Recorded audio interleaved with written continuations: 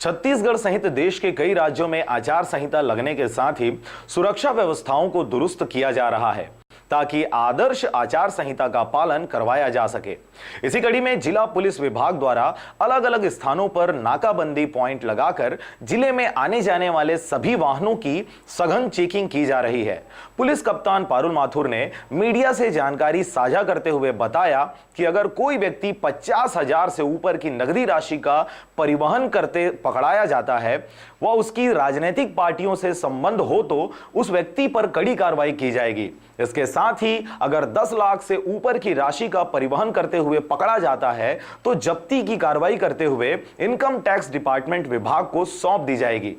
इस हेतु पुलिस विभाग के कप्तान द्वारा जिले वासियों से यह अपील भी की गई है कि अनावश्यक कैश, शराब व अन्य चुनाव में बांटी जाने वाली वस्तुओं का परिवहन न करें और आदर्श आचार संहिता को सुचारू रूप से संचालित होने में अपनी सहभागिता निभाएं।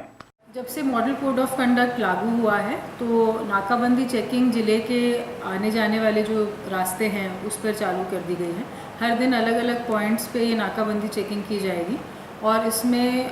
50,000 से ऊपर की राशि अगर पाई जाती है और अगर उसमें डायरेक्ट कोई पॉलिटिकल लिंक पाया जाता है किसी कैंडिडेट के साथ तो उस राशि को जब्त किया जाएगा।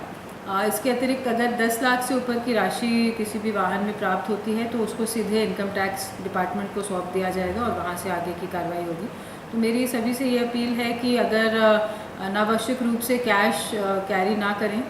जिससे कि आपको कोई पर्सनल कोई हैरेसमेंट ना हो। इसके साथ ही साथ जो भी शराब का जो परिवहन होता है या और जो चीज़ें कैंडिडेट्स के द्वारा बांटी जाती हैं, भले वो कोई कपड़े हों, बर्तन हो, ऐसी चीज़ों पे रोकथाम करने के लिए ये नाकाबंदी पॉइंट्स एक्टिवेट हो चुके हैं।